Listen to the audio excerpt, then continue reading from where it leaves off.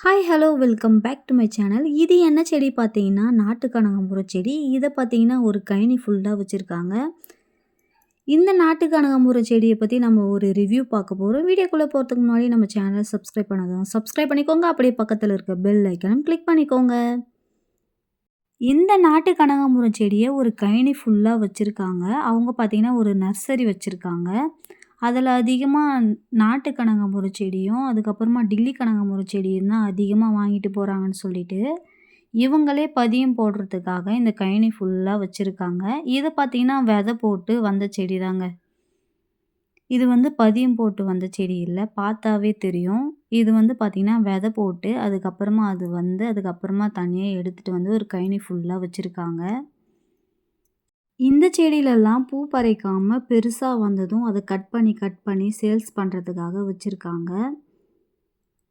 இந்த செடியெல்லாம் பெருசா வந்ததும் நான் உங்களுக்கு காமிக்கிறேன். பதியம் போடுறதுக்காக எந்தெந்த கிளையெல்லாம் கட் பண்ணி பதியம் போடுறது எப்படின்னு சொல்லிட்டு நான் உங்களுக்கு காமிக்கிறேன். எங்க ஊர் பக்கம்லாம் இந்த கனகாம்பரம் செடி தாங்க ரொம்பவே ஃபேமஸு. எல்லாருமே ரொம்ப வாங்கிட்டு போய் வைப்பாங்க. பூ பார்த்தீங்கன்னா கிலோ கணக்கில பூக்குங்க. ஆனா வந்து நாட்டு கனகாம்பரம் செடி அதிகமா வைக்க மாட்டாங்க. டில்லி கனகாம்பரம் செடிய தான் அதிகமா வைப்பாங்க. ஏன்னா பூ அதில பார்த்தீங்கன்னா ரொம்பவே கொத்து கொத்தா பூக்குங்க. நானும் நெறைய வீடியோஸ் போட்டிருக்கேன். உங்களுக்கு டவுட் இருந்துச்சுன்னா அந்த வீடியோஸ் போய் பாருங்க. உங்க வீட்ல நாட்டு கனகாம்பரம் செடி இருந்துச்சுன்னா, பூ பூத்து நெறைய காய் இருந்துச்சுன்னா, அத காய வச்சு விதை போட்டு பாருங்க. கண்டிப்பா இந்த நாட்டு கனகாம்பரம் செடி வருங்க. நானே ஷாக் ஆயிட்டேன். ஒரு 2, 3 வருஷத்துக்கு முன்னாடி வச்ச செடியில, இப்போ வந்து அந்த விதையெல்லாம் முளைச்சி நெறைய செடி இருந்துச்சுங்க ஒரு மல்லி தோட்டத்தில. அந்த வீடியோவும் போட்டிருக்கேன். அதுலயும் பார்த்து தெரிஞ்சுக்கோங்க.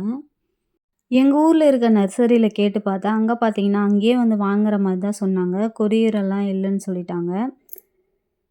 இவங்களும் பார்த்தீங்கன்னா, ஒரு நர்சரியில இருந்தா செடியெல்லாம் வாங்கிட்டு வந்து வைப்பாங்க. அந்த நர்சரியோட கான்டாக்ட் நம்பர் கண்டிப்பா நான் உங்களுக்கு குடுக்குறேன். அதில கான்டாக்ட் பண்ணி எந்தெந்த செடியெல்லாம் வேணுமோ, எவ்வளோ வேணுமோ வாங்கிக்கோங்க. எங்க ஊர்ல இருக்க நர்சரியோட கான்டாக்ட் நம்பரும் உங்களுக்கு குடுக்குறேன். அந்த நர்சரிக்கு பக்கத்தில யாராச்சும் இருந்தீங்கன்னா, உங்களுக்கும் கனகாம்பரம் செடி வேணும்னா, கண்டிப்பா கான்டாக்ட் பண்ணி வந்து வாங்கிக்கோங்க. சூப்பரா வரும். கொத்து கொத்தா பூ பூக்குங்க. எந்த செடி வேணும்னாலும் அந்த நர்சரிய கான்டாக்ட் பண்ணி வாங்கிக்கோங்க.